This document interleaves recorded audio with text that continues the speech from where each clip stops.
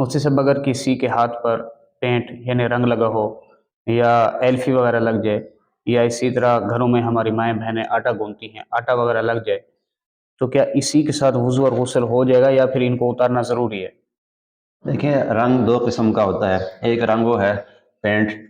جس کا کلر رنگ تو ہوتا ہے لیکن اس کی تہ جمتی نہیں ہے، جی اور ایک پینٹ وہ ہے جس کی تہ جم جاتی ہے جسم کے اوپر، چاہے وہ پینٹ ہو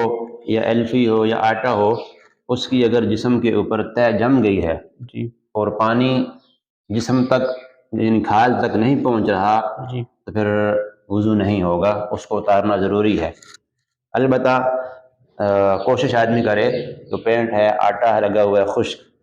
یا ایلفی لگی ہوئی ہے، اسے جتنا ہو سکے اپنی طرف سے اتارنے کی کوشش کریں۔ جی کیمیکل میسر موجود ہوتے ہیں، کیمیکل لگا کر انہیں صاف کیا جا سکتا ہے،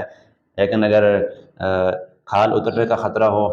جسم کے زخمی ہونے کا خطرہ ہو تو اپنی کوشش تک جتنا اتار سکتے ہیں وہ اتاریں، پھر بھی اگر کچھ رہ گیا ہے تو اس کے ساتھ وضو اور نماز جائز ہے۔ اللہ تبارک و تعالیٰ نے انسان کو اسی کا مکلف بنایا ہے جس کی اس کے اندر طاقت ہے۔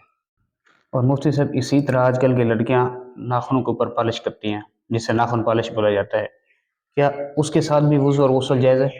جی اس کا بھی وہی حکم ہے، اگر اس ناخن پالش کی تہ جم جاتی ہے ناخن کے اوپر جی جی اور پانی ناخن تک پہنچنے سے مانع ہوتا ہے، نہیں پہنچ سکتا،